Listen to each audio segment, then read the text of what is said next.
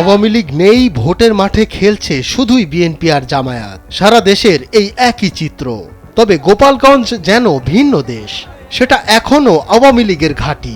কার্যক্রম নিষিদ্ধ দলটির সরাসরি কোনো প্রার্থী না থাকলেও গোপালগঞ্জে স্বতন্ত্র প্রার্থীদের চাপে রীতিমতো চিড়ে চ্যাপ্টা বিএনপি ও জামায়াত। গোপালগঞ্জ 2 আসনে জমে উঠেছে নির্বাচনী প্রচার।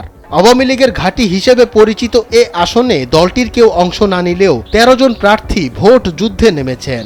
সরেজমিনে দেখা যায় সেখানে স্বতন্ত্র প্রার্থীদের চাপে চিড়ে চ্যাপ্টা বিএনপি। স্বতন্ত্র প্রার্থী উৎপল বিশ্বাসকে দেখা গেল যথেষ্ট আত্মবিশ্বাসী। আমি ব্যাপক সাড়া পাচ্ছি এই কারণে যে নির্বাচনটাকে আমি জনগণের নির্বাচনে পরিণত করতে চাই। আমি জনগণের গণচাঁদায় নির্বাচন করছি এবং আমি ধরেন অধিকাংশ সময় আমি ইজি বাইকে চড়ে একেবারে গ্রামেগঞ্জের ভিতরে চলে যাচ্ছি এবং মানুষ এরকম একজন প্রার্থী খুঁজছিল। গোপালগঞ্জ সদর উপজেলার 21টি ইউনিয়ন, একটি পৌরসভা ও কাশিয়ানী উপজেলার 7 ইউনিয়ন নিয়ে গঠিত গোপালগঞ্জ 2 আসন। আওয়ামী লীগের আতুরঘর হিসেবে পরিচিত এ আসন থেকে গত নির্বাচনগুলোতে 9 বার সংসদ সদস্য নির্বাচিত হয়েছেন আওয়ামী লীগের প্রেসিডিয়াম সদস্য শেখ ফজলুল করিম সেলিম।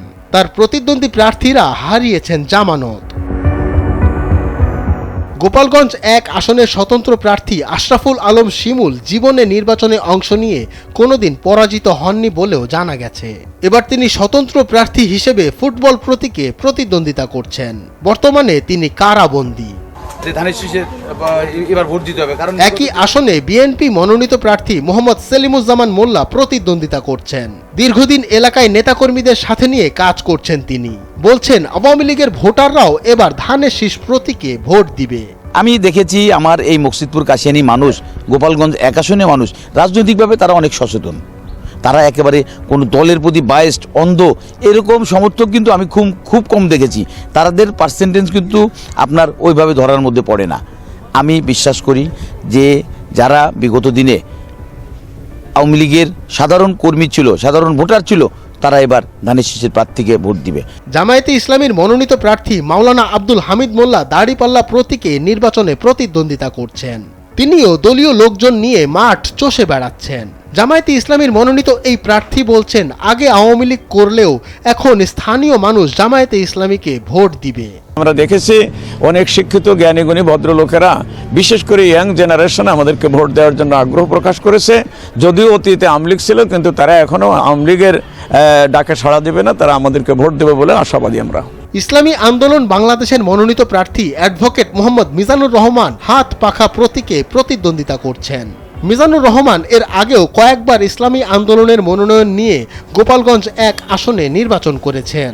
আমি যদি জয়লাভ করি, আমাদের বাংলাদেশের গোপালগঞ্জ 1 মকসিদপুর কাশিয়ানীর বিভিন্ন রাস্তাঘাটের অনুন্নয়ন, আপনার শিক্ষা খাতে অনেক পিছিয়ে পড়া, অনেক ঝরে পড়া এবং অশিক্ষিত ছেলেমেয়েরা আছে, তাদেরকে কিভাবে শিক্ষায় অগ্রসর করা এবং মেয়েদের ক্ষেত্রে বিশেষ করে যারা মহিলা, এদের ক্ষেত্রে হস্তশিল্প এবং কুটির শিল্প প্রত্যেকটা ইউনিয়নে গড়ে তোলার জন্য আমি সর্বাত্মক প্রচেষ্টা চালাবো। জানা যায় গোপালগঞ্জ 1 আসনের হিন্দু সম্প্রদায় বড় ভোট ব্যাংক। তাদের পক্ষ থেকে অধ্যাপক নীরদ বরণ মজুমদার কাস্তে প্রতীক নিয়ে প্রতিনিধিত্ব করছেন। তিনিও গণসংযোগে ব্যস্ত। গোপালগঞ্জ 1 আসনে বিএনপি মনোনীত প্রার্থী সেলিমুজ্জামান, গণ অধিকার পরিষদের প্রার্থী মোহাম্মদ কাবির মিয়া এবং স্বতন্ত্র প্রার্থী আশরাফুল আলম শিমুলের মধ্যে ত্রিমুখী লড়াই হবে বলে ধারণা করছেন সাধারণ ভোটাররা। গোপালগঞ্জে স্বতন্ত্র প্রার্থীদের সক্রিয় উপস্থিতি নির্বাচনী সমীকরণকে জটিল করে তুলেছে। রাজনৈতিক বিশ্লেষকদের মতে এই চাপ সামাল দিতে না পারলে বিএনপি জামায়াতের জন্য আসন্ন নির্বাচন কঠিন হয়ে উঠতে পারে এবং এর প্রভাব পড়তে পারে সামগ্রিক ফলাফলেও। ডেস্ক রিপোর্ট, সময়ের আলো।